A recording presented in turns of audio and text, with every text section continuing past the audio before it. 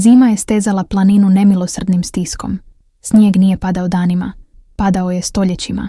Barem se tako činilo lani dok je gazila kroz nanose, koji su dosezali polovicu njenih bedara. Svaki korak bio je borba, otpor protiv prirode koja je željela pretvoriti sve živo u ledenu uspomenu. Njezino malo selo Gorski Kotar, skriveno u planinskim naborima daleko od užurbanog Zagreba, poznavalo je zimu kao starog prijatelja koji se svake godine vraća s težim raspoloženjem. No ova zima bila je drukčija. Ova zima nosila je u sebi glad. Lana je pritisnula drvene ručke na vedru, dok se probijala nazad prema svojoj kolibi. Voda, tek izvučena iz pukotine u zaleđenoj rijeci, već je formirala tanki sloj leda na površini. Njezini prsti, crveni i ukočeni unatoč rukavicama od ovčje kože, jedva su održavali stisak. Disala je duboko, a svaki izdah stvarao je oblak pare, koji je brzo nestajao u surovom zraku. Izdržat ću još jednu zimu, šaptala je sebi u bradu, riječi koje su postale mantra, otkako je prije 3 godine ostala sama. Njezin otac, čvrst čovjek ogrubjele kože i mekog srca, nestao je u šumi tijekom lova jedne olujne noći. Tijelo nikada nije pronađeno. Njezina majka otišla je nekoliko mjeseci kasnije, ne od tuge, kako je Lana u početku mislila, već od teškog života koji je premašio njezinu snagu. Kroz šumu, između crnogoričnog drveća, koje je stajalo poput drevnih stražara, Lana je razaznala dim iz vlastitog dimnjaka, mali znak života u beskrajnom bijelom prostranstvu. Osmijehnula se kroz napuknute usne. Vatra koju je ostavila prije nego što je krenula po vodu još uvijek je gorjela. Mala pobjeda nad zimom, ali osmijeh joj je zamrznuo na licu. Tamo, pred njezinim malim domom s kamenim zidovima i krovom od šindre, stajale su 3 figure. U prvom trenutku pomislila je da su susjedi iz sela, možda u potrazi za pomoći ili društvom. No dok se približavala, shvatila je da to nisu ljudi. 3 vuka, njihova krzna bijela poput samog snijega oko njih, stajala su nepomično. Nisu režali, nisu pokazivali zube. Samo su je promatrali s mirom koji je bio potpuno neprirodan za divlje životinje. Lana je zastala, stežući vedro vode, kao da je to jedino sidro u stvarnosti. Srce joj je lupalo u prsima, ali ne od straha, od čuđenja. Vukovi su bili poznati u ovim planinama, ali rijetko su se približavali ljudskim nastambama, osim kada ih je glad natjerala na očaj. No ovi vukovi nisu izgledali izgladnjelo. Stajali su uspravno, snažni i veličanstveni. Njihove oči, jedan par jantarni, drugi ledeno plavi, treći gotovo crni, gledale su je s nečim što je mogla opisati samo kao inteligenciju. Što želite? Upitala je, znajući da je pitanje apsurdno. Govorila je životinjama kao da očekuje odgovor. Možda je samoća konačno počela utjecati na njezin razum. Vjetar je zavijao kroz šumu, donoseći sa sobom novi val hladnoće. Lana je zadrhtala, ne samo od temperature. Nešto u načinu na koji su je vukovi promatrali činilo se gotovo ljudskim. Najmanje stvorenje, onaj s crnim očima, napravilo je korak prema njoj, pa zastalo, kao da čeka dopuštenje. Gladni ste? Lana je posegnula u džep svog teškog vunenog kaputa, izvlačeći komad suhog mesa koji je ponijela za put. Je li to ono što želite? Vuk s crnim očima nije pokazao interes za hranu. Umjesto toga, okrenuo je glavu prema vratima njezine kolibe, pa natrag prema njoj. Gesta je bila toliko jasna, da je Lana osjetila kako joj se koža ježi ispod slojeva odjeće. Želite? Unutra?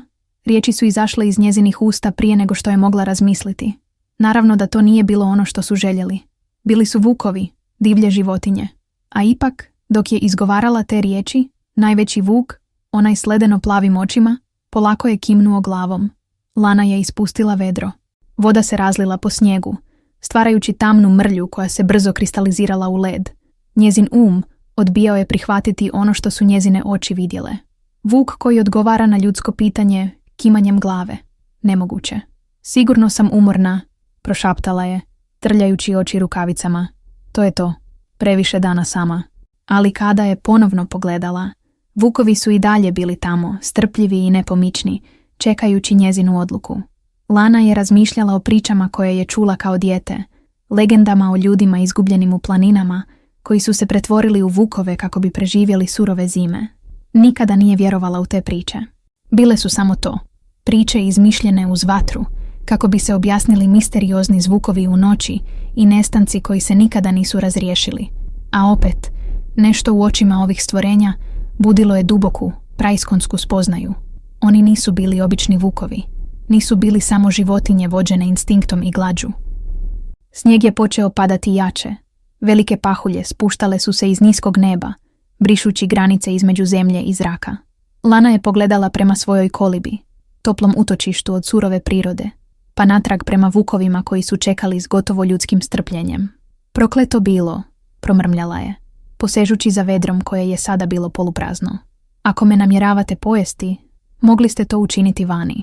Krenula je prema vratima, svjesna da se 3 para očiju kreću s njom, prateći svaki njezin pokret. Gurnula je teška drvena vrata i ušla u toplinu svoje male kolibe.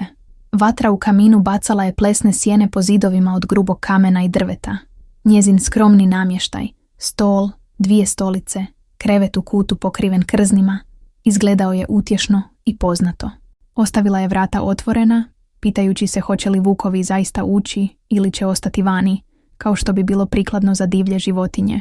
No, nakon trenutka oklijevanja, 3 snježno-bijele figure ušle su jednu po jednu, njihove šape tihe na drvenom podu. Lana je zatvorila vrata za njima, osjećajući kako je stvarnost postala fluidna i nepoznata. Vukovi nisu nasrnuli na nju.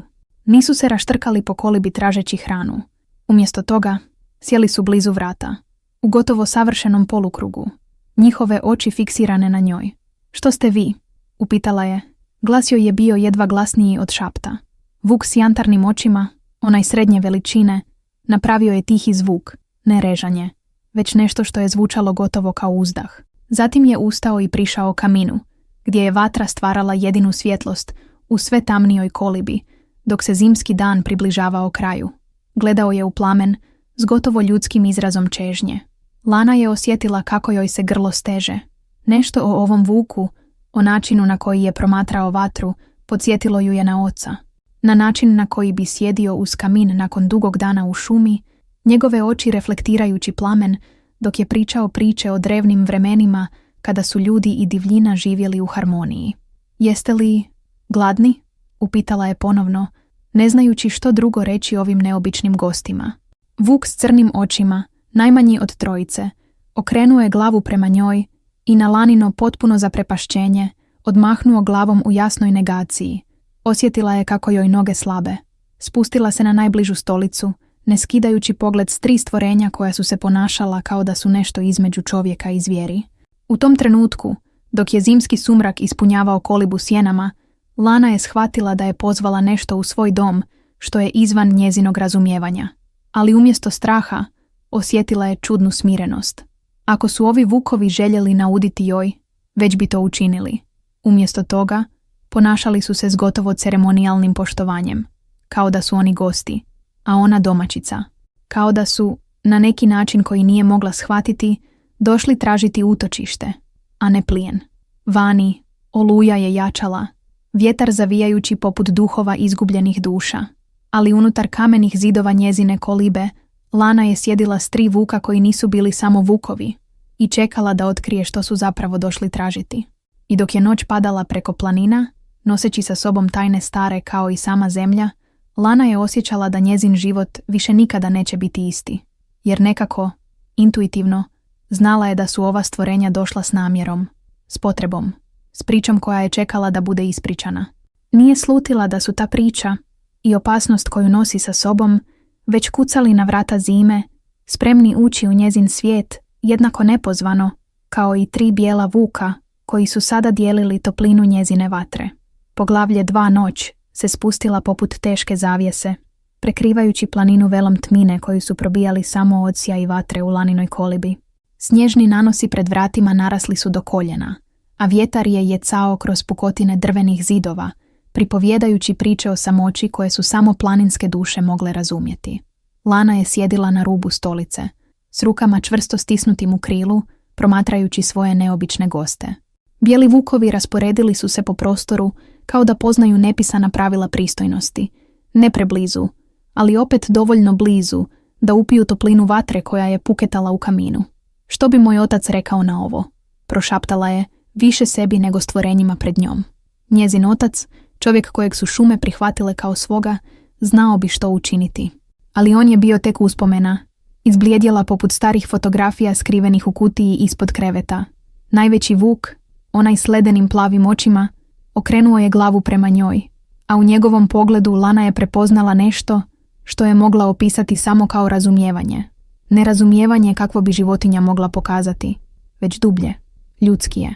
Kao da je u tim očima živjela svijest koja je poznavala težinu riječi, sjećanja i gubitka. Ne bojim vas se, rekla je Lana, iako to nije bila potpuna istina. Nije se bojala da će je ozlijediti. Ne, taj strah bio je iracionalan s obzirom na njihovo ponašanje.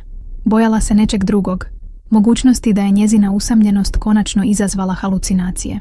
Ili još gore, da postoji stvarnost izvan one koju je poznavala. Stvarnost u kojoj vukovi nose u sebi nešto više od divlje prirode. Srednji vuk, onaj s jantarnim očima, ustao je i polako prišao Lani. Njegovo kretanje bilo je oprezno, gotovo nježno. Zaustavio se nekoliko koraka od nje, zatim je spustio glavu u gestu koja je odisala poniznošću. Lanino srce ubrzalo je ritam. Činilo se kao da vuk traži dopuštenje. Ali za što? Što želiš? Upitala je tiho. Umjesto odgovora, vuk se okrenuo i krenuo prema njezinom stolu. Na njemu je stajala stara bilježnica njezina oca, kožom uvezana knjiga u koju je zapisivao svoje misli, zapažanja o prirodi i skice biljaka koje je pronalazio. Vuk je njuškom gurnuo knjigu, a zatim pogledao Lanu. S oklijevanjem ustala je i prišla stolu. Uzela je bilježnicu, osjećajući poznatu težinu u rukama. Koža uveza bila je istrošena od godina korištenja, stranice valovite od vlage koju je upijala tijekom dugih planinarskih putovanja. Želiš da čitam? Upitala je, osjećajući se apsurdno zbog postavljanja pitanja vuku. No on je kimnuo. Jasno. Nedvosmisleno kimanje. Lana je osjetila kako joj se grlo steže. Sjela je natrag na stolicu. Otvorila bilježnicu na nasumičnoj stranici i počela čitati očeve riječi. Njegov glas iz prošlosti koji je ispunio tišinu kolibe. Danas sam pronašao tragove vučjeg čopora sjeverno od Velikog ponora. Nisu to obični vukovi. Njihovi tragovi govore o inteligenciji i o svrsi. Kretali su se kao da traže nešto. Ili nekoga. Mještani se boje vukova, kao što su se ljudi uvijek bojali onoga što ne razumiju. Ali ja nisam sreo zvijer u šumi koja je okrutnija od čovjeka vođenog strahom. Lana je podigla pogled s bilježnice. 3 vuka sjedila su pred njom, nepomično. Njihove oči nisu napuštale njezino lice. Nalazili su se u savršenom polukrugu, kao da su dio nekog drevnog rituala. Vi ste ti vukovi, rekla je polako. Riječi su izlazile iz njezinih usta prije nego što je mogao potpuno shvatiti njihovo značenje. Vukovi koje je moj otac pratio. Najmanji vuk, onaj s očima tamnima poput noći bez mjeseca, ustao je i prišao vatri. Podigao je šapu i gurnuo granu koja je ispala iz vatre natrag u plamen. Gesta je bila toliko ljudska, toliko promišljena, da je Lana osjetila kako se stvarnost oko nje savija i preoblikuje. Što ste vi? Upitala je ponovno, ovaj put ne očekujući odgovor riječima. Ali tražila je objašnjenje, bilo kakvo, za ono što je svjedočila. Vuk s tamnim očima je zastao, a zatim, nevjerojatno, počeo grebati po podu. Lana je ustala i prišla, promatrajući kako njegovi pokreti stvaraju oblike u prašini. Nisu to bile nasumične ogrebotine. Bili su to simboli, slova, P-O-M-O-Čet. Lana je ustuknula, spotaknuvši se o rub tepiha.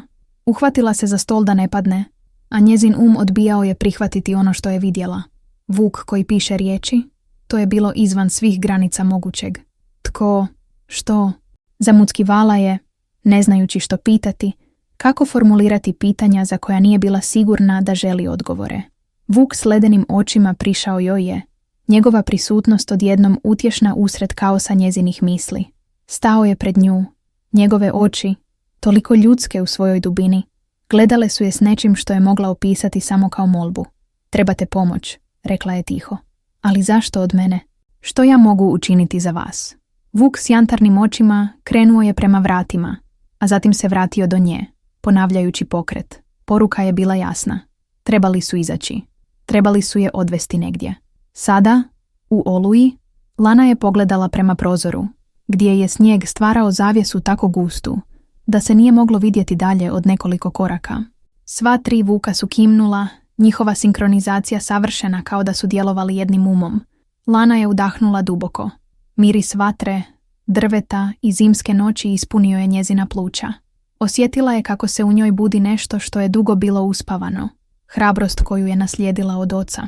Odlučnost koja je tekla njezinim venama kao tajni jezik koji je povezivao generacije njezinih predaka.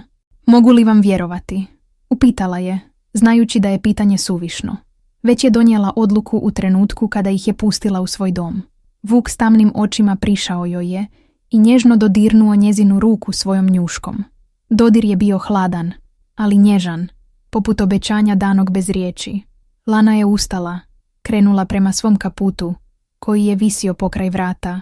Navukla ga je na sebe, osjećajući težinu vune i kože, kao da se oblači u oklop za bitku koju još nije razumjela. Vodi me, rekla je, otvarajući vrata kolibe. Hladnoća je ušla unutra poput živog bića, oduzimajući dah. Snijeg je padao u gustim pahuljama, svaka kristalna struktura nosila je u sebi odraz mjesečine koja se probijala kroz oblake. Šuma je bila tiha pod bijelim pokrivačem, samo je vjetar pjevao svoju pjesmu kroz grane starih stabala. Vukovi su izašli prvi. Njihova bijela krzna stopila su se s krajolikom tako savršeno da ih je Lana jedva raspoznavala. Krenula je za njima, zatvarajući vrata za sobom, ostavljajući toplinu i sigurnost svog doma za nešto nepoznato što je čekalo u noći. Hodali su kroz snijeg, tri bijela duha i žena čiji su koraci ostavljali duboke tragove u netaknutoj bjelini. Šuma je bila drugačija noću, mračnija, tajanstvenija, puna sjena koje su se kretale na rubu vidnog polja. Lana je znala te šume od djetinjstva, ali sada su joj se činile nepoznatima, kao da je ušla u drugi svijet. Vukovi su je vodili dublje među stabla, njihov tempo bio je brz, ali obziran prema njenim ljudskim ograničenjima. Njihove šape jedva su dodirivale površinu snijega, ne ostavljajući gotovo nikakve tragove, dok su se Lanine čizme propadale se svakim korakom. Nakon onoga što se činilo kao vječnost, ali je vjerojatno bilo manje od sata, stigli su do čistine u šumi. U sredini je stajala stara koliba, mnogo manja i zapuštenija od Lanine. Dim se nije dizao iz njenog dimnjaka, a prozori su bili tamni. Vuk s ledenim očima stao je, okrenuvši se prema Lani. U njegovom pogledu bilo je nešto hitno, gotovo očajničko. Čija je ovo koliba? Upitala je. Glas joj je bio tiši od šaptanja pahulja koje su padale oko njih. Umjesto odgovora, vukovi su krenuli prema vratima kolibe. Lana ih je slijedila, njezino srce lupalo je tako glasno da je bila sigurna da ga mogu čuti i sami vukovi. Vrata kolibe nisu bila zaključana. Otvorila su se uz škripanje šarki, koje dugo nisu bile podmazane. Unutrašnjost je bila mračna i hladna. Miris prašine i napuštenosti ispunjavao je zrak. Lana je ušla, vukovi su je slijedili. Trebalo joj je nekoliko trenutaka da pronađe svijeću i kresivo na polici pokraj vrata. Standardna oprema za svaku planinsku kolibu. Zapalila je svijeću i slabi plamen rastvorio je tamu, otkrivajući jednostavan prostor s jednim krevetom, stolom i dvije stolice. Ali ono što je privuklo Laninu pažnju nije bio namještaj, već zidovi. Bili su prekriveni papirima, mapama, crtežima, svi povezani koncima različitih boja koji su se križali i spajali u složenoj mreži. Što je ovo? Prošaptala je, približavajući svijeću zidu kako bi bolje vidjela. Crteži su prikazivali vukove, bijele vukove, poput onih koji su stajali uz nju. Ali bilo je tu i drugih likova, ljudi u tamnim uniformama, simboli koje nije prepoznavala, lokacije označene na kartama planine. I u središtu svega, velika fotografija trojice muškaraca u lovačkim odjelima. Njihova lica bila su joj poznata. Bili su to lovci iz sela, predvođeni Nikolom, čovjekom čija je mržnja prema vukovima bila legendarna u cijelom kraju. Vuk s tamnim očima prišao je fotografiji i zarežao. Zvuk je bio tih, ali ispunjen emocijom koja je bila nepogrešivo ljudska, bijesom. Oni su vas lovili, rekla je Lana shvaćajući. Ali zašto? I zašto ste mene doveli ovdje? Vuk s jantarnim očima gurnuo je njuškom jedan od papira na zidu. Bio je to službeni dokument s pečatom šumarske službe. Lana ga je uzela i približila svijeći. Bila je to dozvola za odstrel problematičnih vukova, potpisana od strane šefa lokalne šumarske stanice, s datumom od prije tjedan dana. Ali ono što je privuklo Laninu pažnju bio je dodatak rukom ispisan na dnu stranice. Posebno tražiti bijelo krzno. 3 primjerka. Lana je osjetila kako joj se krv ledi u žilama. Oni znaju za vas, rekla je, gledajući vukove koji su je promatrali. Specifično vas traže. Vuk s ledenim očima spustio je glavu. Gesta je bila puna tuge i potvrde. Ali zašto? Upitala je, ne očekujući odgovor koji bi mogla razumjeti. Što ste učinili? Najmanji vuk prišao je drugom dijelu zida, gdje je visio još jedan papir. Lana ga je uzela. Bila je to novinska isječak. Star najmanje godinu dana. Naslov je glasio: Mata. Trojica planinara nestala u misterioznim okolnostima. Članak je opisivao nestanak trojice muškaraca koji su krenuli u ekspediciju visokim dijelovima planine. Njihova tijela nikada nisu pronađena, ali svjedoci su izjavili da su vidjeli bijele sjene kako se kreću kroz šumu noć prije nego što je ekspedicija krenula. Optužuju vas za njihov nestanak, rekla je Lana shvaćajući. Misle da ste vi... Nije mogla završiti rečenicu. Misao da bi ova stvorenja, koja su je trebala samo kako bi joj pokazala istinu, mogla biti odgovorna za smrt ljudi, bila je previše uznemirujuća. Vuk s ledenim očima prišao joj je, njegov pogled bio je intenzivan, gotovo molečiv. Zatim je pogledao prema vratima kolibe, pa natrag prema njoj. Želite da vam pomognem, rekla je Lana. Da dokažem vašu nevinost. Sva tri vuka kimnula su istovremeno. Lana je spustila pogled na isječak u svojim rukama, zatim na dozvolu za odstrel. Osjećala je kako se težina odgovornosti spušta na njezina ramena. Ovi vukovi, kakvi god bili, stavili su svoje živote u njezine ruke. Pomoći ću vam, rekla je. Riječi su bile tihe ali odlučne. Ali morat ćete mi pokazati sve. Moram znati istinu. Vukovi su je gledali, njihove oči, prehumane u svojoj inteligenciji, odražavale su plamen svijeće, koji je treperio između njih poput krhke nade u mračnoj noći tajni i laži. Poglavlje 3 snijeg je prestao padati. Noć je stajala mirna, zarobljena u ledenoj tišini koja je gutala sve osim kucanja Laninog srca. Mjesec se probio kroz oblake. Njegov srebrni sjaj razlio se po šumi poput tekućeg metala, transformirajući snježne nanose u prostranstvo dijamantnih čestica. Lana je stajala u kolibi, držeći svijeću čiji je plamen titrao poput usamljenog duha. Sjene su plesale po zidovima prekrivenima dokazima, fragmentima stvarnosti koja je odbijala uklopiti se u svijet koji je poznavala. Njezin dah stvarao je male oblake pare u hladnoći, efemerne skulpture koje su se raspadale jednako brzo kao i njezino dosadašnje razumijevanje svijeta. Moram znati više, šapnula je, promatrajući 3 vuka koji su je okruživali. Ako želite moju pomoć, moram znati istinu, svu istinu. I vuk s ledenim očima, kojeg je u svojim mislima počela zvati Ledeni, prišao je kutu kolibe gdje je stajao stari drveni kovčeg. Šapom je pokucao po njemu, pogled mu je bio intenzivan i usmjeren na Lanu. Prišla je kovčegu, drvo pod njezinim stopalima škripalo je poput stvorenja koje se budi iz dubokog sna. Kovčeg nije bio zaključan. Podigla je težak poklopac, a mirisi prošlosti izdigli su se prema njoj. Papir, tinta, kože, nešto oštro i metalno što nije mogla identificirati.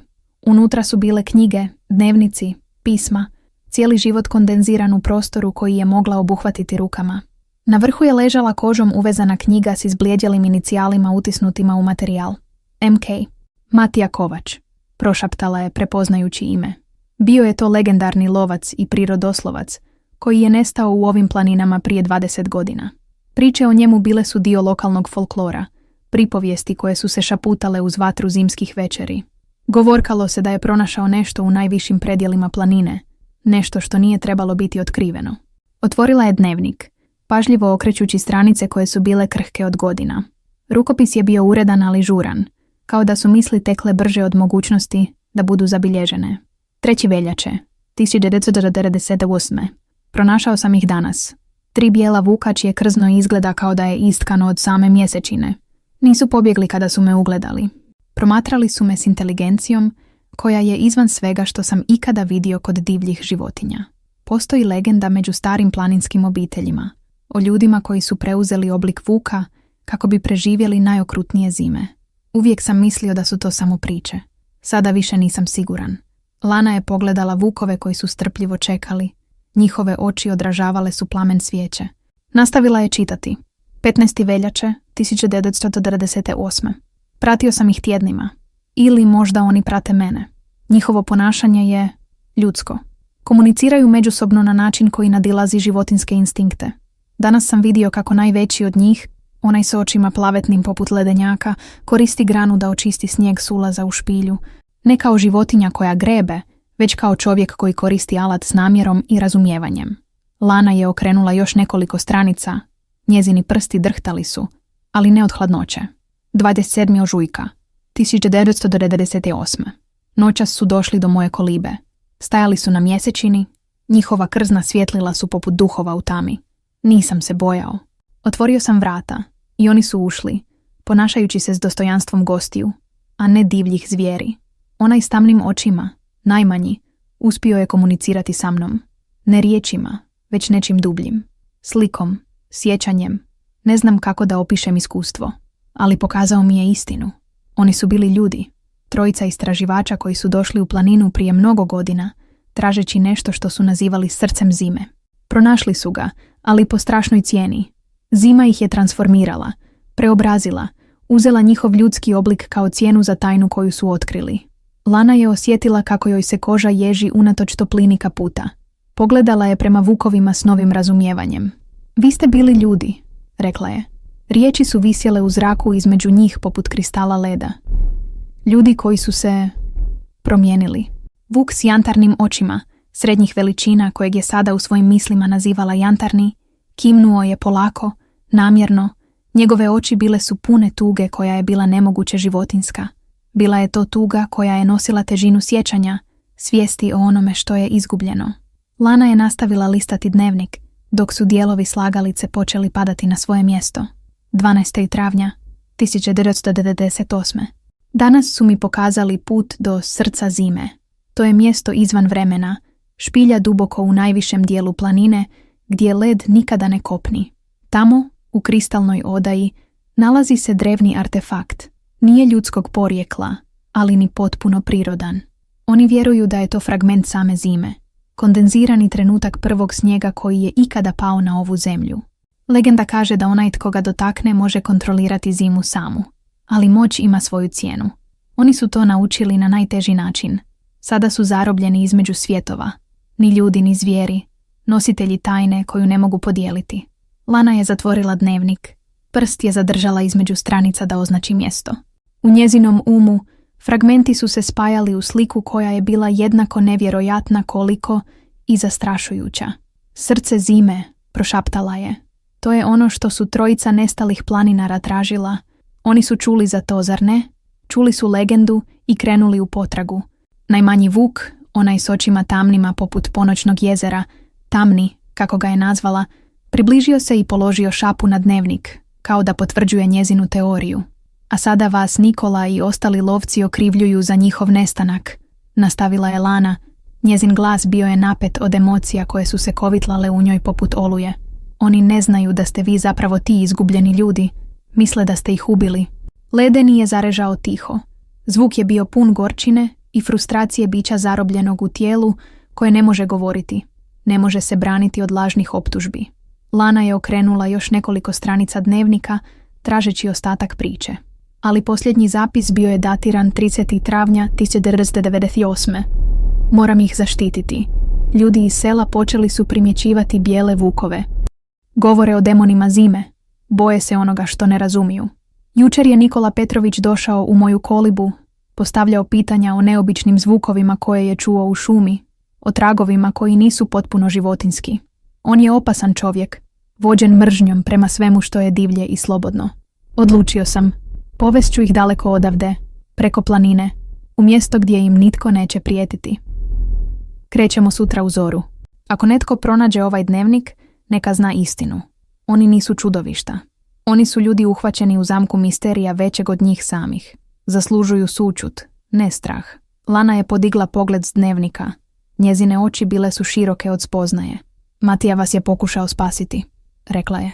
Ali nikada nije stigao dalje od ove kolibe, zar ne? Nešto se dogodilo. Jantarni je prišao drugom kutu prostorije, gurnuo njuškom prema podu. Lana je podignula svijeću i prišla, osvjetljavajući daske. U drvetu su bili tragovi, duboke ogrebotine, tamne mrlje koje su mogle biti samo krv, davno sasušena do smeđe boje.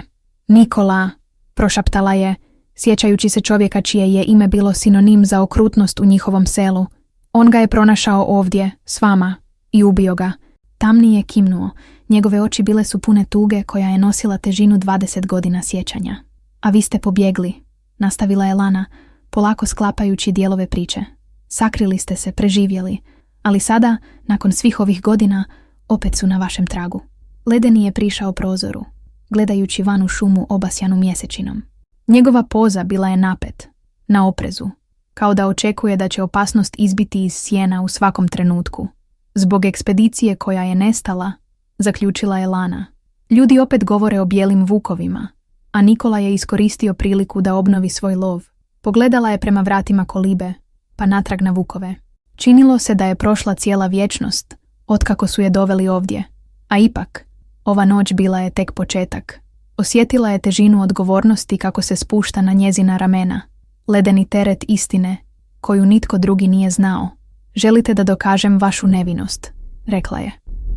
Da otkrijem što se zaista dogodilo s novom ekspedicijom. Da zaustavim Nikolu prije nego što vas pronađe. I sva tri vuka kimnula su istovremeno. Njihovi pokreti bili su sinkronizirani, kao da su dijelili jednu svijest, jedan cilj. Lana je duboko udahnula. Miris prašine, papira i tajni ispunio je njezina pluća. U tom trenutku donijela je odluku koja će zauvijek promijeniti njezin život. Nije bila samo kći šume, djevojka koja je preživljavala zimu za zimom u samoći planine. Bila je nasljednica očeve hrabrosti, majčine upornosti i matijine potrage za istinom. Pomoći ću vam, rekla je. Njezin glas bio je tih ali čvrst poput stijene ispod snježnih nanosa. Ali moramo se vratiti u moju kolibu prije svitanja. Nikola i njegovi ljudi kreću u lov s prvim svjetlom. Čula sam ih kako razgovaraju u selu prošli tjedan. Moramo biti spremni. Vukovi su je pogledali s nečim što je mogla opisati samo kao zahvalnost. Duboku, iskonsku zahvalnost bića koja su nosila teret tajne predugo. Sama i neshvaćena u svijetu koji ih je smatrao čudovištima. Lana je spremila dnevnik u džep kaputa, osjećajući njegovu težinu poput sidrišta u stvarnosti, koja je postajala sve čudnija sa svakim prolaznim trenutkom. Ugasila je svijeću, dopuštajući tami da ih obavije poput zaštitnog plašta. Idemo, prošaptala je, otvarajući vrata kolibe. Noć ih je dočekala, tiha i veličanstvena, osvjetljena mjesečinom koja je pretvarala šumu u carstvo srebra i sjena. Lana je zakoračila u snijeg, a tri bijela vuka slijedila su je poput duhova. Duhova ljudi koji su nekada bili, tajni koje su nosili i nade koju su sada dijelili. Njihov povratak kroz šumu bio je tih, njihovi koraci izgubljeni u beskrajnoj bjelini. Iznad njih zvijezde su sjale poput ledenih suza na licu neba, svjedoci drame koja se odvijala ispod njihovog drevnog, ravnodušnog sjaja. Poglavlje 4. Svitanje se prikradalo poput grabežljivca, oprezno i neizbježno. Nebo na istoku poprimilo je boju modrice, prvo ljubičasto, zatim grimizno, nagovještavajući ranu koja će uskoro procvjetati u dan. Zvijezde su blijedjele, povlačeći se pred naletom svjetlosti koja je polako gutala njihov hladni sjaj. Lana je stajala kraj prozora svoje kolibe, promatrajući kako šuma izranja iz tmine, poput utopljenika koji se probija na površinu. Noć je iza sebe ostavila tragove, kristalne pahulje koje su se hvatale za gole grane drveća, srebrne odsjaje na snježnim nanosima, tišinu koja je lebdjela između stabala poput zaostale magle. Iza nje, tri vuka ležala su u polukrugu oko vatre koja je pucketala u kaminu. Njihov povratak kroz šumske dubine protekao je u tišini ispunjenoj napetošću i iščekivanjem. Svaki pucketaj grane, svaki šum vjetra kroz smrznuto lišće činio se poput upozorenja. Lana je pritisnula dlanove o hladno staklo prozora, osjećajući kako joj se koža ježi. Matijin dnevnik ležao je otvoren na stolu iza nje, njegove stranice pune tajni koje su sada bile i njezine. Riječi su pulsirale u njezinoj svijesti, ritmom koji je istovremeno plašio i opčinjavao. Zašto su vas progonili? Prošaptala je, ne okrećući se. Čak i prije nego što su vas optužili za nestanak onih planinara. Zašto vas Nikola toliko mrzi? Jantarni je ustao i prišao joj. Njegove šape nečujne na drvenom podu. Pogledao ju je, a u njegovim očima plesala je sjeta duboka poput planinskih jezera. Zatim je pognuo glavu prema dnevniku, kao da je odgovor već tamo, između redaka koje je pročitala. Lana je prišla stolu, okrenula još nekoliko stranica tražeći. I pronašla, U kratkoj bilješci, jedva čitljivoj, stisnutoj na margini, kao da ju je Matija zapisao u žurbi. N je vidio srce zime. Htio ga je za sebe. Vjeruje da daje moć nad smrću samom. Njegova žena umire od bolesti. Spreman je učiniti sve. Oni su ga spriječili.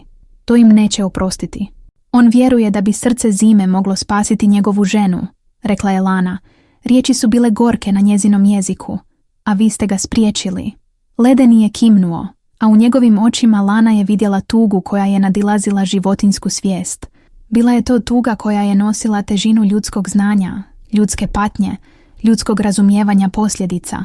Ali njegova žena, Marija, ona je umrla prije mnogo godina, nastavila je Lana, prizivajući sjećanja na priče koje je čula u selu.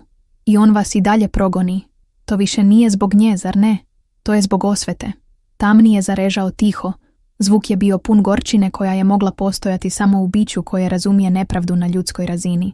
Vani, prvi zraci sunca probili su se kroz krošnje, stvarajući duge sjene koje su se protezale preko snijega poput tamnih prstiju. Dan je dolazio, a s njim i lovci. Kao da je prizvana samom njezinom mišlju, tišinu je razbio zvuk u daljini. Lavež pasa, oštar i ustremljen poput strijele.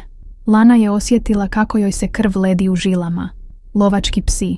Nikola je krenuo ranije nego što je očekivala. Dolaze, prošaptala je, a u njezinom glasu nije bilo straha, samo mirna odlučnost koja je izvirala iz dubine njezine duše poput podzemne rijeke. Moramo se pripremiti. Ledeni je skočio na noge. Njegove uši su se okrenule prema zvuku koji se približavao. Jantarni i tamni su također ustali, njihova tijela napeta poput tetiva luka prije ispaljivanja strijele.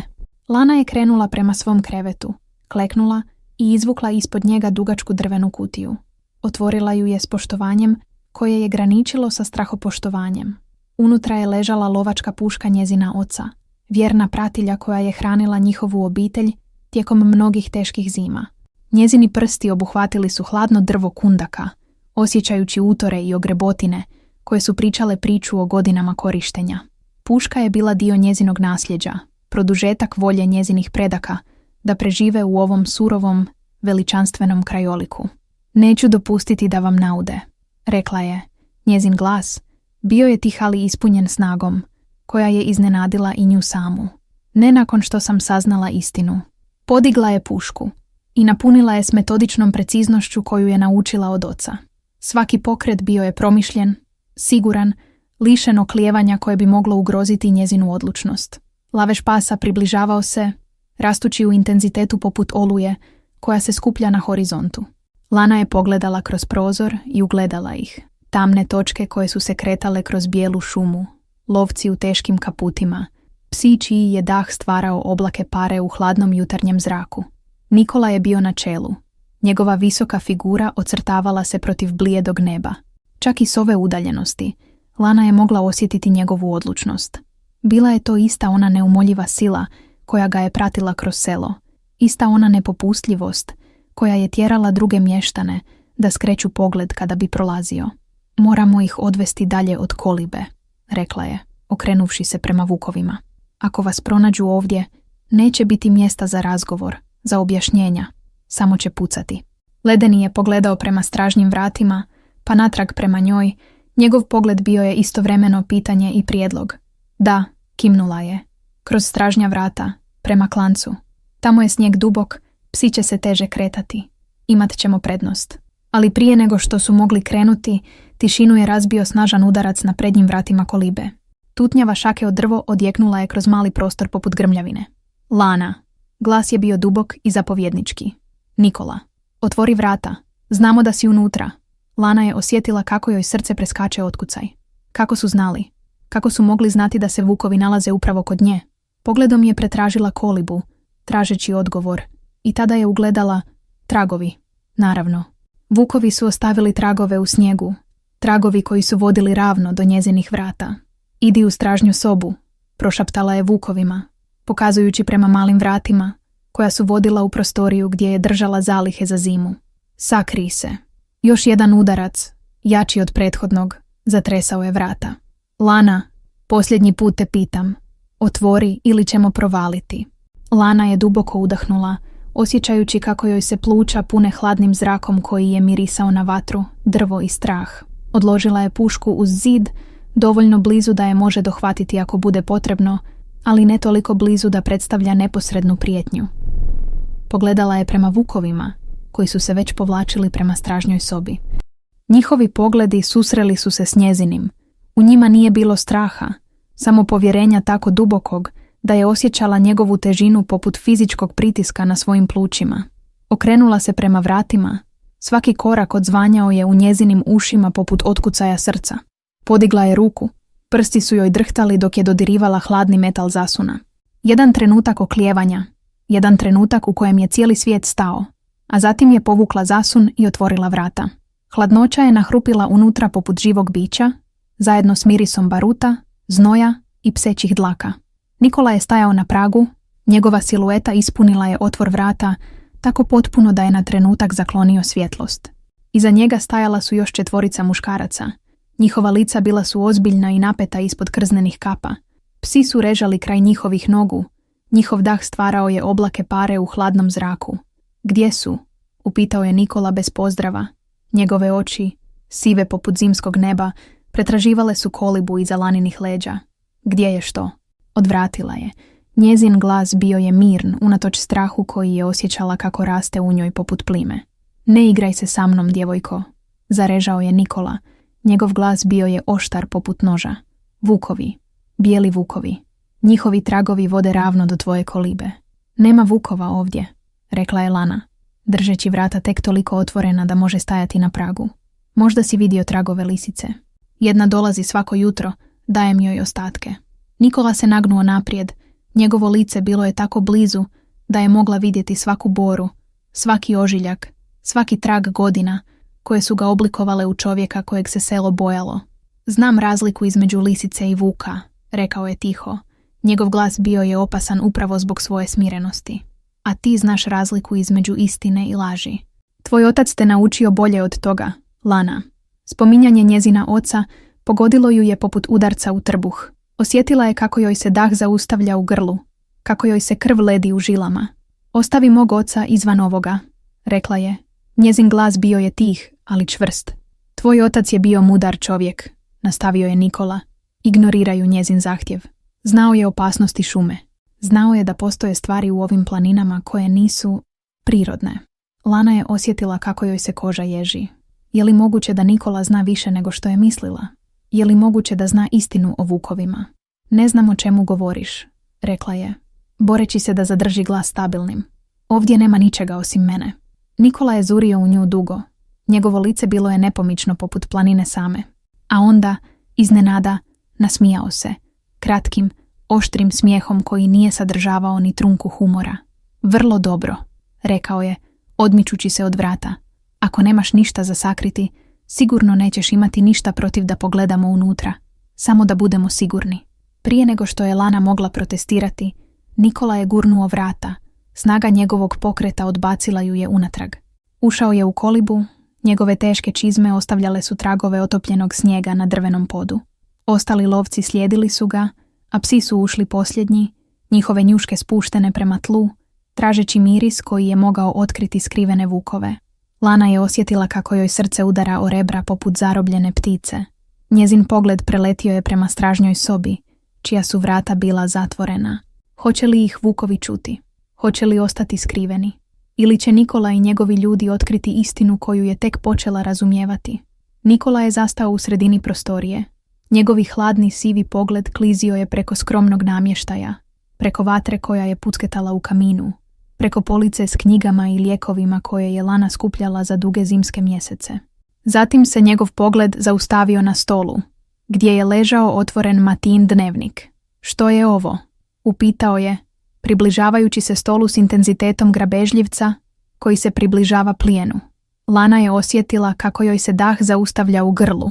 U žurbi da sakrije vukove, zaboravila je na dnevnik, dokaz koji je mogao razotkriti sve.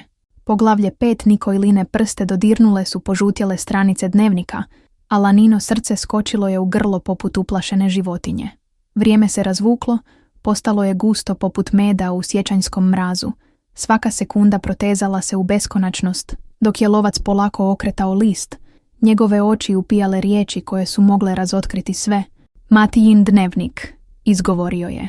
A Lana je u njegovom glasu prepoznala odjek nečega što je nadilazilo iznenađenje. Bila je to sjenka starog straha, pomiješana s bijesom koji nikada nije potpuno nestao. Otkud ti ovo? Kroz prozor, jutarnje svjetlo rezalo je prostor na geometrijske oblike, a prašina je plesala u zrakama sunca poput zlatnih čestica zamrznute magle. Iz stražnje sobe nije dolazio ni najmanji zvuk. Vukovi su bili tihi poput same smrti, strpljivi svjedoci drame koja se odvijala samo nekoliko koraka od njihovog skrovišta. Pronašla sam ga, odgovorila je Lana. Svaka riječ odzvanjala je u tišini poput kamenčića bačenog u duboko jezero. U staroj kolibi, duboko u šumi. Nikolin pogled zaustavio se na njoj, oštar i prodoran poput zimske oštrice. Bilo je nečeg jezivog u načinu na koji je stajao. Napeto poput predatora, njegovo disanje plitko i kontrolirano. Bio je to čovjek na rubu, čovjek s previše ožiljaka ispod kože, previše neizgovorenih riječi u grlu. U kojoj kolibi? Upitao je, a riječi su klizile iz njegovih usta tiho, gotovo nježno, ali s prijetnjom koja je vibrirala ispod površine poput skrivenog leda pod naizgled stabilnim snježnim nanosom. Lana je osjetila kako joj krv bubnja u ušima, ritam koji je odjekivao kroz njezine kosti. Nije mogla reći istinu, a laž je bila opasna poput hodanja po tankom ledu. Tražila je riječi koje bi ga odvele dalje od skrivenih vukova, dalje od istine koja je čekala da bude otkrivena. U kolibi starog Matije, konačno je rekla, bradeći se za ono što će uslijediti. Slučajno sam je pronašla dok sam skupljala drva. Nikola je zatvorio dnevnik jednim oštrim pokretom, kao da zatvara vrata, iza kojih su se skrivale opasne tajne. Njegove oči, sive i hladne poput zimskog neba prije oluje, nisu napuštale njezino lice.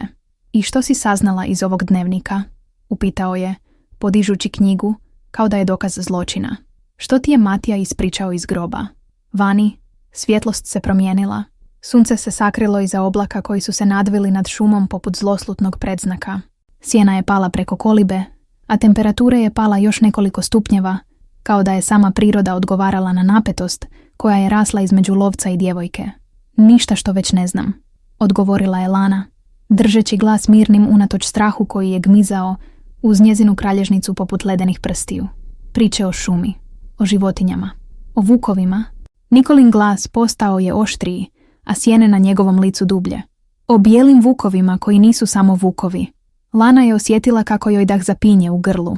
On zna, naravno da zna. Matija je zapisao u dnevniku, Nikola je vidio srce zime. Znao je tajnu preobrazbe, tajnu koja je 3 čovjeka zarobila u tijelima vukova. Pisao je o mnogim stvarima, rekla je oprezno. Svaka riječ bila je korak kroz minsko polje. O legendama, o pričama. Ne o pričama, odgovorio je Nikola, a njegov glas postao je dubok i rezonantan, ispunjen gnjevom starim poput samih planina. O istini, o prokletom srcu zime koje mi je moglo spasiti ženu. U tom trenutku, jedan od pasa, veliki mrki gonič s očima poput ugljena, podignuo je njušku u zrak, uhvativši miris koji ljudska osjetila nisu mogla registrirati. Njegovo tijelo ukočilo se, a zatim je krenuo prema stražnjoj sobi. Režanje mu je raslo duboko u grlu.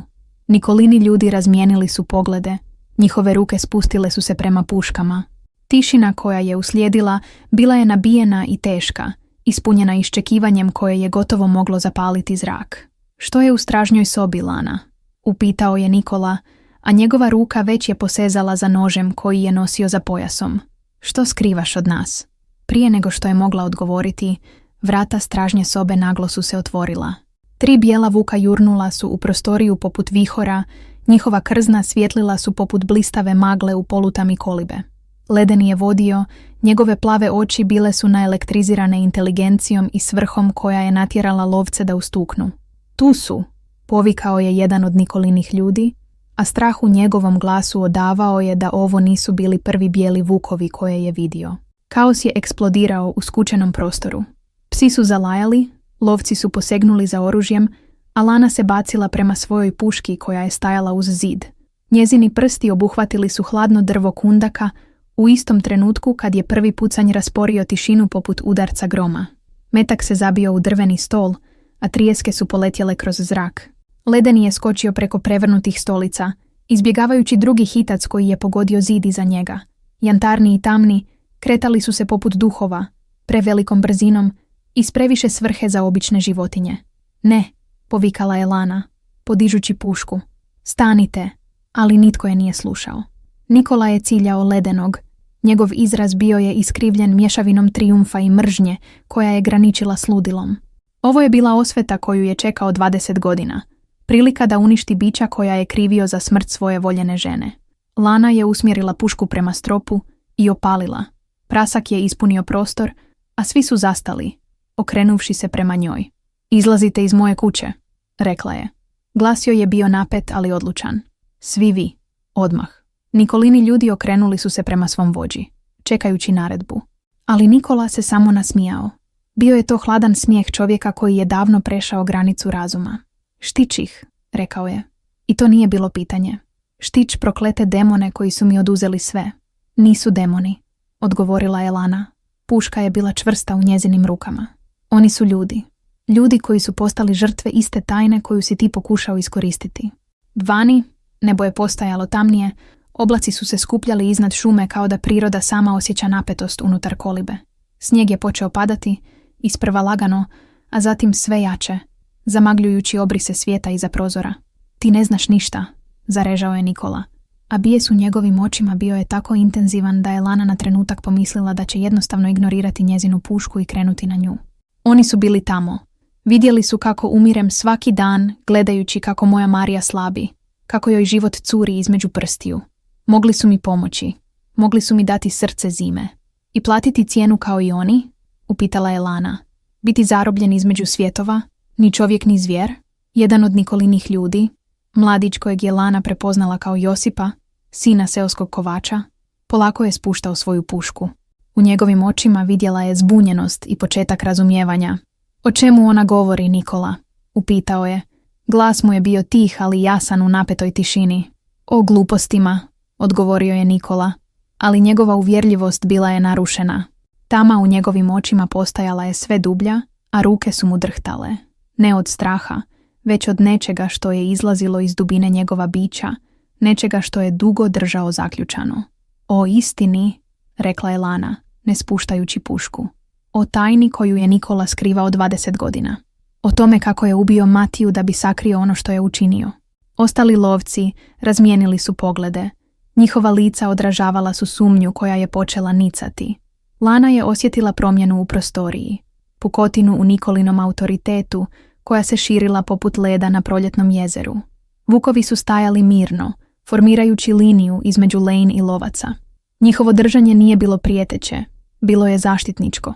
I u tom trenutku njihova ljudska priroda bila je očigledna svakome tko je imao oči da vidi. Pogledajte ih, rekla je Lana, pokazujući prema vukovima. Pogledajte njihove oči. To nisu obične životinje. I lovci su gledali, a u prostoriji je vladala tišina teška poput kamena. Čak su i psi utihnuli, njihovo režanje zamijenjeno zbunjenim cviljenjima. A onda, iznenada, Nikola je povukao nož iz korica. Njegovo lice iskrivilo se u masku čistog bijesa, granice razuma potpuno izbrisane. Dosta, povikao je. Nećete mi ih opet oduzeti. Krenuo je prema vukovima. Nož je bljesnuo u svjetlosti vatre. Lana je podigla pušku, ali prije nego što je mogla reagirati, leden je skočio. Njegovo tijelo postalo je bijela munja u skučenom prostoru kolibe. Sudar tijela odjeknuo je poput eksplozije. Nikola i Vuk pali su kroz vrata kolibe, kotrljajući se niz stepenice u snijeg vani. Ostali lovci pohrlili su za njima, a Lana je slijedila. Srce joj je lupalo u prsima ritmom oluje, koja se nadvijala nad šumom. Vanjski svijet pretvorio se u kaos od bijelih pahulja i iskri koje su letjele dok su se Nikola i ledeni borili u snijegu. Jantarni i tamni pridružili su se. Njihova tijela kretala su se s koordinacijom koja je bila gotovo plesna, istovremeno držeći ostale lovce na odstojanju. Snijeg je padao sve jače, stvarajući zavjesu koja je zamagljivala obrise borbe. Nikolin nož bljesnuo je, a zatim je uslijedio crveni trag koji je obojio bijeli snijeg poput prolivenog vina. Ledeni je jauknuo. Zvuk koji je bio previše ljudski da bi izašao iz grla Vuka. Ne, povikala je Lana, krećući kroz snijeg prema njima. Ali bilo je prekasno za zaustavljanje onoga što je započelo 20 godina ranije. U drugoj kolibi, s drugim čovjekom koji je također tražio istinu o srcu zime. Ovo je bila kulminacija priče koja je počela davno prije Laninog rođenja, priče o ljubavi, gubitku i osveti koja je prerasla u obsesiju. Nikola je zamahnuo nožem ponovno, ali ovaj put ledeni je bio spreman. Izbjegao je udarac i skočio. Njegova težina srušila je lovca u snijeg.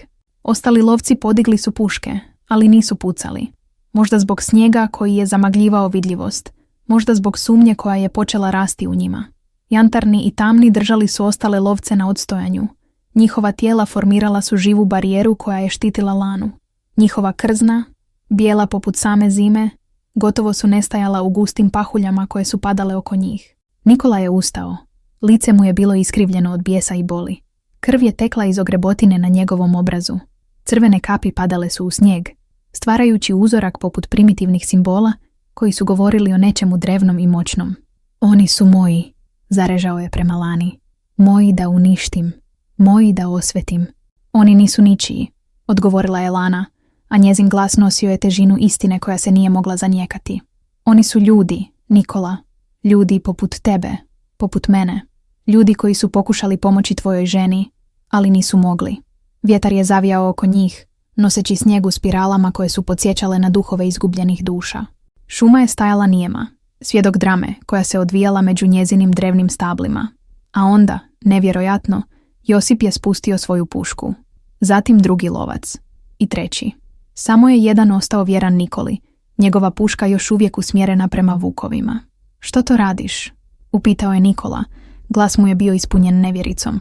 Dosta je, Nikola, rekao je Josip, a njegov glas bio je tih ali odlučan. Dosta je lova na duhove. Dosta je osvete.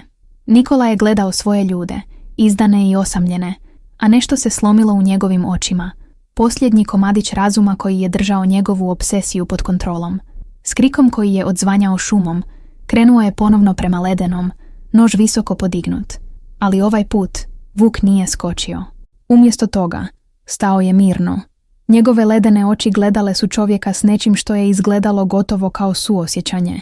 I Nikola je zastao, nož još uvijek podignut, njegovo tijelo zamrznuto u pokretu nasilja, koji nikada nije dovršen. Jer u očima vuka vidio je ono što nije mogao podnijeti, razumijevanje, spoznaju, oprost.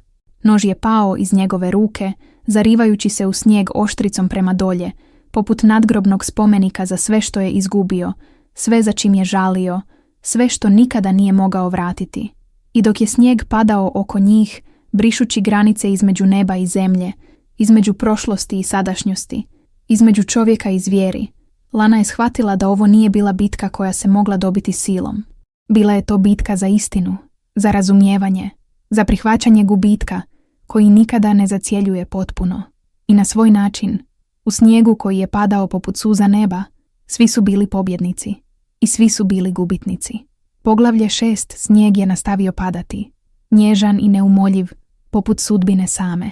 Bijele pahulje spuštale su se kroz zrak s lakoćom koja je prkosila njihovoj težini. Svaka kristalna struktura nosila je u sebi odraz svijeta u malom, savršena u svojoj jednokratnosti. Baš poput trenutaka koji su oblikovali živote okupljenih na čistini, svaka pahulja bila je jedinstvena i prolazna, osuđena da se stopi s cjelinom, da nestane kao pojedinačnost, ali nastavi postojati u zajedničkom bijelilu koje je prekrivalo šumu. Nikola je klečao u snijegu, praznih ruku i još praznijeg pogleda. Njegovo lice, istrošeno godinama gnjeva i gorčine, sada je bilo maska nedovršene katarze. Oluja, koja nije pronašla olakšanje u svojoj kulminaciji. Krv iz posjekotine na njegovom obrazu zgrušavala se na hladnoći, pretvarajući ranu u crveni pečat, svjedočanstvo bitke koja je trajala dulje od jednog ljudskog života. Lovci su stajali podalje. Njihova lica bila su blijeda pod težinom spoznaje koja ih je obuzimala kao jutarnja magla. Puške, koje su do malo prije bile produžeci njihove volje, sada su visjele uz njihova tijela, beskorisne i suvišne protiv istine koja se otkrivala pred njima. Samo su psi i dalje bili nemirni. Njihovo cviljenje paralo je tišinu poput oštrice koja presjeca tenku tkaninu. A vukovi, 3 bijele figure koje su odisale dostojanstvom koje nijedno obično stvorenje nije moglo posjedovati, formirali su polukrug oko Lane. Ledeni, unatoč rani na boku iz koje je kapala krv, bojajući snijeg u nijanse ružičaste i grimizne, stajao je uspravno. Njegov pogled nije napuštao Nikolin pogrbljeni lik. 20 godina, prošaptao je Nikola.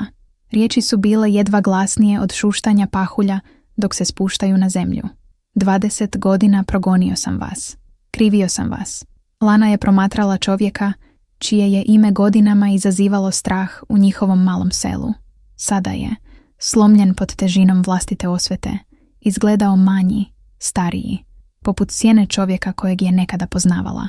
Ali oni nisu krivi za Marijinu smrt, rekla je tiho, kao što nisu krivi ni za nestanak ekspedicije.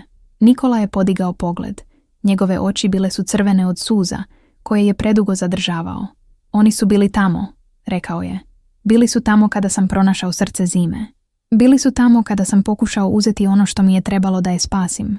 I platili su cijenu, rekla je Lana. Njezin glas bio je tih ali jasan u hladnom zraku. Pogledaj ih, Nikola. Zaista ih pogledaj. Oni nisu čudovišta koja si stvorio u svojoj mašti. Oni su ljudi zarobljeni u tijelima koja nisu njihova, kažnjeni zbog tajne koju su pokušali zaštititi. Nešto se promijenilo u Nikolinom pogledu. Sjena razumijevanja pala je preko njegova lica poput posljednjeg sunčevog traka koji prodire kroz oblake prije večeri. Matija je znao, rekao je tiho. Znao je što su oni. Zato sam ga, nije mogao dovršiti rečenicu, ali nije ni morao. Istina je lebdjela među njima, teška i neizbježna poput mirisa borova nakon kiše. Ledeni je zakoračio naprijed, njegova šapa ostavila je krvavi otisak u netaknutom snijegu. Zastao je pred Nikolom, njihovi pogledi susreli su se u tišini koja je odzvanjala glasnije od bilo kojeg krika. A onda, iznenađujuće i zastrašujuće u svojoj ljudskosti, Vuk je spustio glavu u gestu koja je mogla biti samo oproštaj. Nešto se slomilo u Nikoli.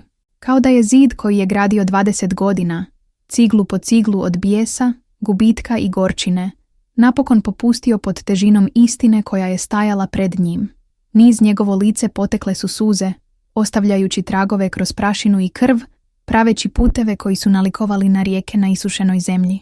Što sam učinio? To, prošaptao je, a riječi su bile toliko tihe da ih je čula samo Lana i možda Vukovi, čije su uši bile izoštrenije od ljudskih. Što sam sve učinio u njezino ime?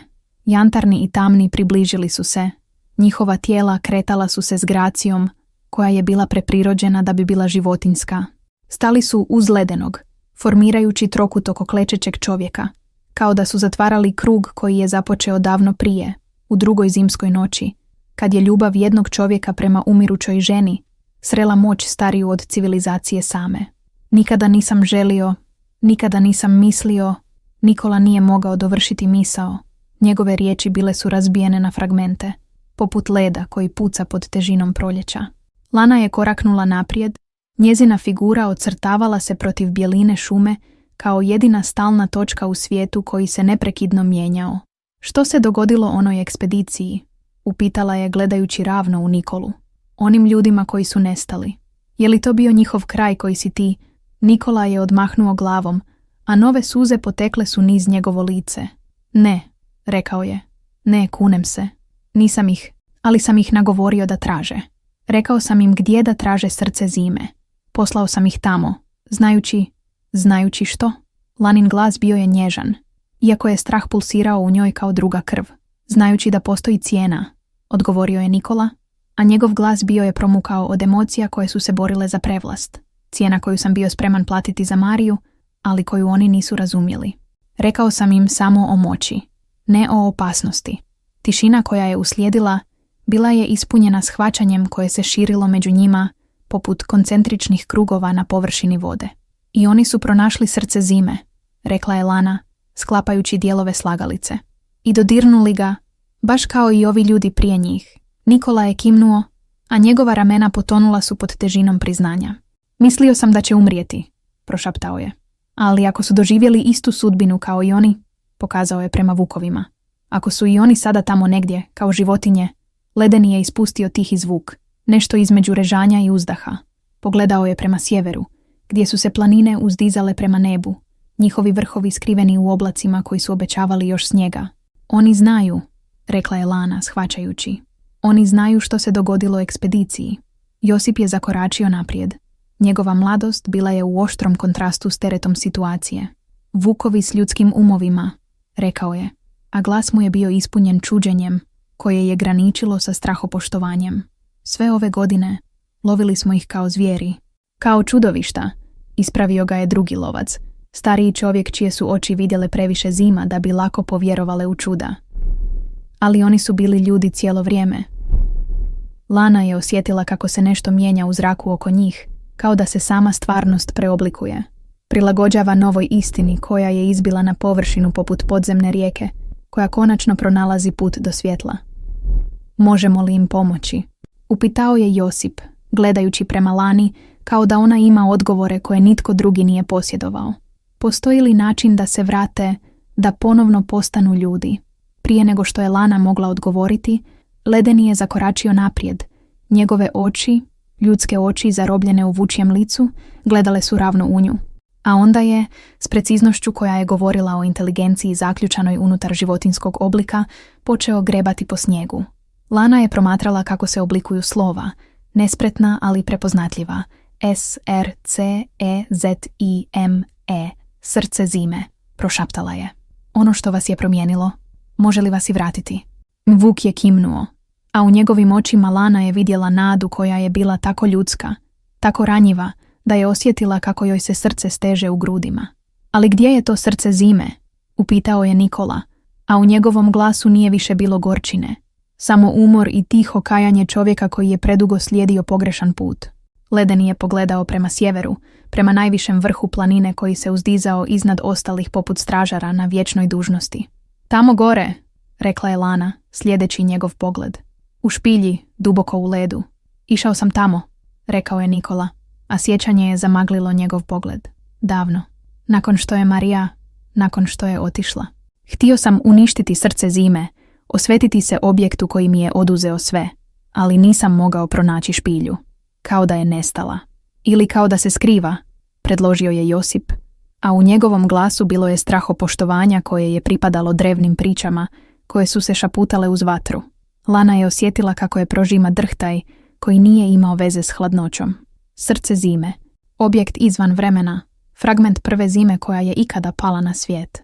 Bili se usudila potražiti takvu moć, bili se usudila riskirati da i sama bude transformirana. Ali onda je pogledala vukove, vidjela inteligenciju koja je svjetlila iz njihovih očiju, dostojanstvo koje je zračilo iz njihovih držanja, unatoč tijelima koja nisu bila njihova. Oni su bili zarobljeni 20 godina. 20 godina odvojeni od svojih obitelji, svojih života, svega što su nekada bili. Pomoći ću vam, rekla je. Odlučnost je rasla u njoj poput plamena koji se hrani na vjetru. Pomoći ću vam pronaći srce zime. Pomoći ću vam vratiti vaše ljudske oblike. Ledeni je prišao i nježno dodirnuo njezinu ruku svojom njuškom. A u tom dodiru Lana je osjetila zahvalnost, koja je bila dublja od riječi, starija od jezika. Nikola je ustao, njegove noge bile su nesigurne, ali njegova odlučnost bila je jasna. I ja ću pomoći, rekao je. Dužan sam im to. Dužan sam Matiji i svima kojima sam nanio zlo u svojoj sljepoći. Lovci su se pogledali, a onda, jedan po jedan, kimnuli su. Čak su i psi, osjećajući promjenu u svojim gospodarima, prestali režati i sjeli u snijeg, njihove glave nakrivljene u zbunjenosti, koja je odražavala onu njihovih ljudskih pratitelja. Lana je pogledala nebo, gdje su oblaci počeli rijediti, dopuštajući zrakama zimskog sunca da probiju njihovu sivu zavjesu. Svjetlost je padala na snježno prostranstvo, pretvarajući običnu bjelinu u more dijamantnih iskri. Ovo je tek početak, rekla je, a njezin glas nosio je obećanje jednako čvrsto kao i planine koje su okruživale njezin dom. Početak putovanja koje će nas odvesti do srca zime, do istine koja je zakopana dublje od snijega, starija od naših najstarijih priča. Vukovi su stajali kraj nje, njihova krzna blistala su na suncu poput fragmenata mjesečeve svjetlosti koji su pali na zemlju, a u njihovim očima Lana je vidjela odraz budućnosti koja je bila neizvjesna, ali ispunjena mogućnostima koje su bile jednako beskonačne kao i zimsko nebo iznad njih. I dok su stajali tamo, na rubu šume gdje je snijeg prestajao padati i sunce počinjalo sjati, Lana je znala da se njihova priča tek počela odvijati. Put prema srcu zime bit će dug i opasan, ispunjen izazovima koje još nije mogla ni zamisliti. Ali također je znala da više nije sama. Imala je vukove koji nisu bili samo vukovi, lovce koji su postali saveznici, i istinu koja je čekala da bude otkrivena. Zimu, koja je toliko dugo bila njihov neprijatelj, sada će prigrliti kao saveznika na putovanju, koje će ih odvesti do samog srca tajne, koja je ležala zakopana u ledu i vremenu, čekajući da bude otkrivena. Dragi gledatelji, ovime završava 6. poglavlje naše napete priče. Zamrznuti vukovi mole ženu da uđe u kuću. Ako ste uživali u ovoj emotivnoj avanturi kroz hrvatske planine, pratite našu priču o preobrazbi, tajnama zime i moći oproštenja. Pretplatite se na naš kanal kako biste prvi saznali što će se dogoditi kada Lana, Nikola i 3 tajanstvena vuka krenu u potragu za legendarnim srcem zime. Hoće li uspjeti vratiti vukovima njihov ljudski oblik? Koje tajne još kriju planinske dubine? I kakvu će cijenu morati platiti za otkrivanje istine stare kao sama zima? Ne propustite nastavak ove jedinstvene hrvatske sage. Ostavite komentar, podijelite s prijateljima i pretplatite se za nove uzbudljive priče koje vas čekaju.